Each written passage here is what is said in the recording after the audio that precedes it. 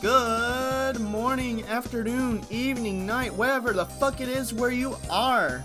And welcome to class. My name is Professor Pog. And welcome to Pogonomics 101, where we learn basic shit about economics. In today's lesson, we're going to be learning about what capitalism is. And we're going to be doing that by debunking another video. And that video is coming from none other than another economics teacher, one with an actual degree that is, named Mr. Sins. Who is it? No, not you, there's another Mr. Sins. Now that we're back on track, no, we're gonna be talking about this Mr. Sins. A lot less impressive, I know. But without any further intrusions or anything like that, let's just get right into the video and get on learning. Hello there everybody in YouTube land, welcome to the Mr. Sin channel. Today we're talking about capitalism. So take out your guided notes, you can find them in the description below, and let's figure out what capitalism is.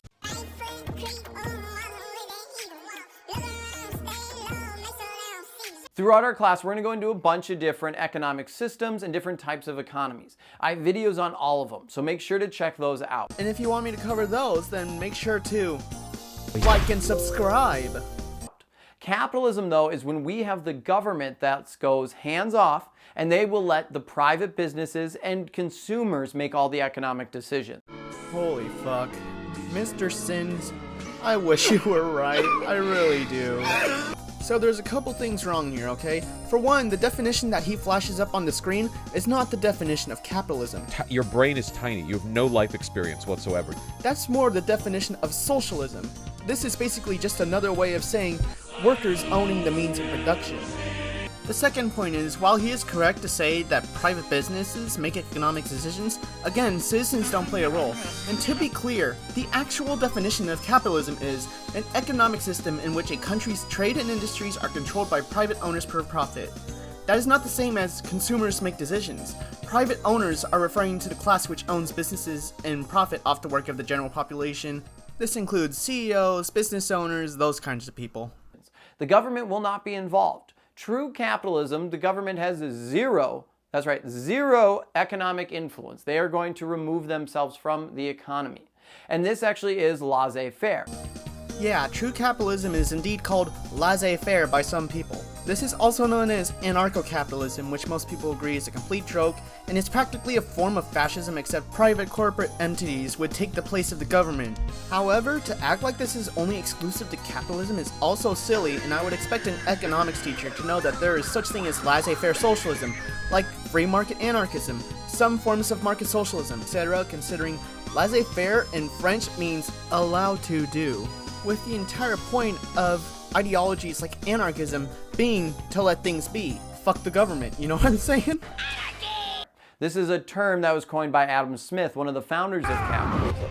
How is this guy a fucking economics teacher? How? What the fuck? I would think this is like basic knowledge for an economics teacher, but here we are. So anyways, this is just objectively false. The term was popularized by economists such as Adam Smith. However, he's not the guy who coined it. The origin of the term is attributed to a French physiocrat named Vincent de Goulet, who adopted it from an economist, François Quesnay. I'm probably fucking butchering that.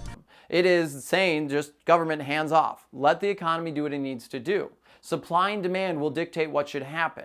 Just as something I want to add in here, by the way, supply and demand is not exclusively a capitalist concept. Literally every single economy known to man uses supply and demand to determine how many supplies they need to buy, how many resources they need to buy, based on the demand for said resources.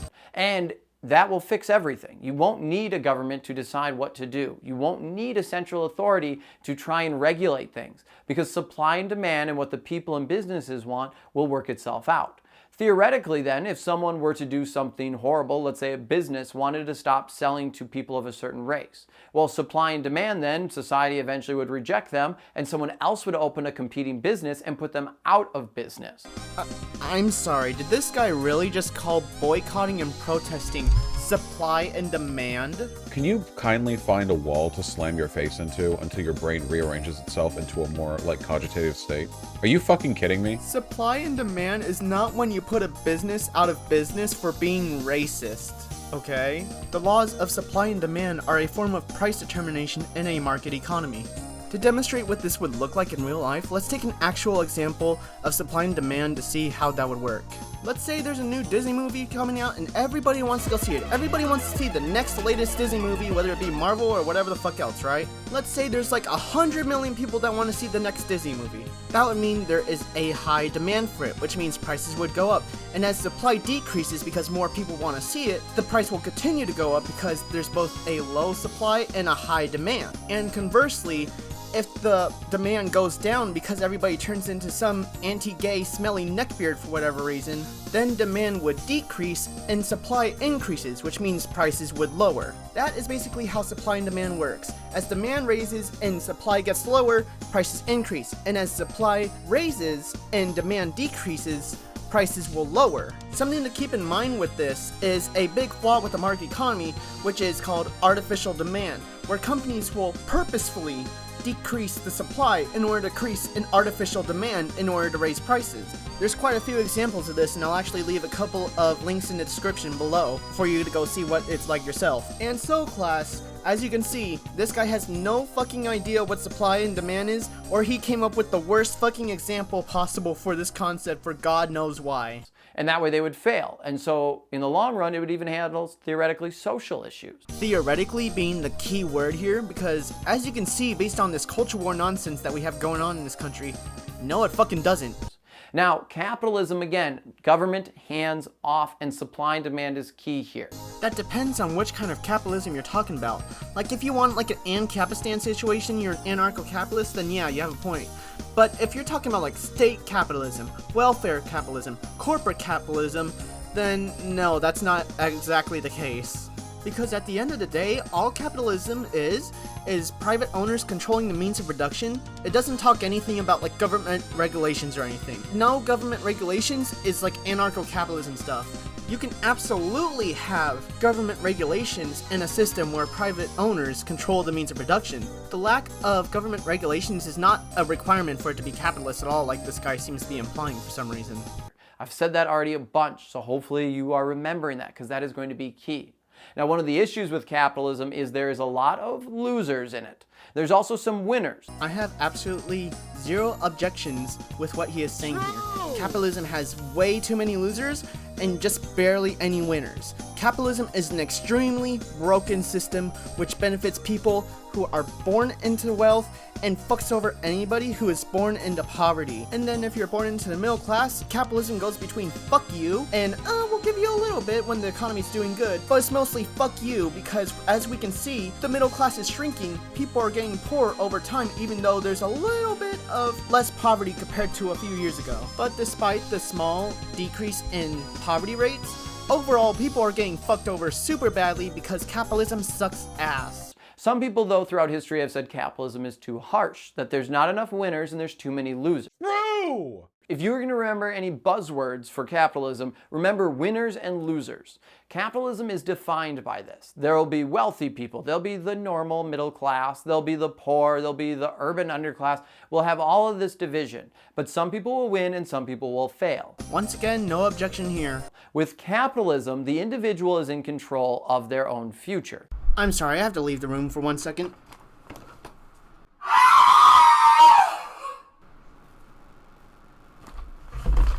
Okay, I'm back. Mr. Sins, my man, my cracker in Christ, you do not determine your own future under capitalism. This has been proven time and time again. There is so much fucking data you can search for with just 5 seconds of research. How are you a fucking economics teacher? This is bullshit. This is capitalist propaganda. Oh my fucking god. I'm sorry for that little rage of outburst, class. I forgot my bipolar medications today. Anyways, let's talk about economic mobility real quick. Economic mobility is the ability to move from one economic class to another. The ability to move upwards is called upward mobility, and as you would guess, the moving downwards in the economic status is called downward mobility. Economic mobility has been on the rise for ages now. The middle class keeps shrinking. You're more likely than ever right now to make the same income as your parents. As long as we stay in this economic system where wages keep stagnating and income inequality keeps rising, this isn't gonna fucking change. If you fail, there's no safety net. You're done. 2 words. Welfare capitalism, or social democracy. Does this man not know Europe fucking exists? And maybe you can figure out a different way to get back up and eventually succeed, but it's all up to you as an individual. I'm not completely sure if this guy actually believes what he just said, but if he does, he basically just said, fuck you, it's your fault that you're poor in the system, which has been shown by data to fuck you over if you're born poor or born middle class at this point. The government isn't there to provide any support, and that's actually one of the criticisms of capitalism throughout history. Some people said it is too harsh. Because it is too harsh. Hopefully you can kind of see, though, what capitalism is, how it's going to interact with people in society, the role of the government, and why some people would like it and maybe not like it. Until next time, I'm Mr. Sin. Thank you for stopping by today. Don't forget to subscribe and check out the other videos on the channel as well. Well, class, that's the end of today's lesson. So what did we learn? American economics teachers are fucking retarded.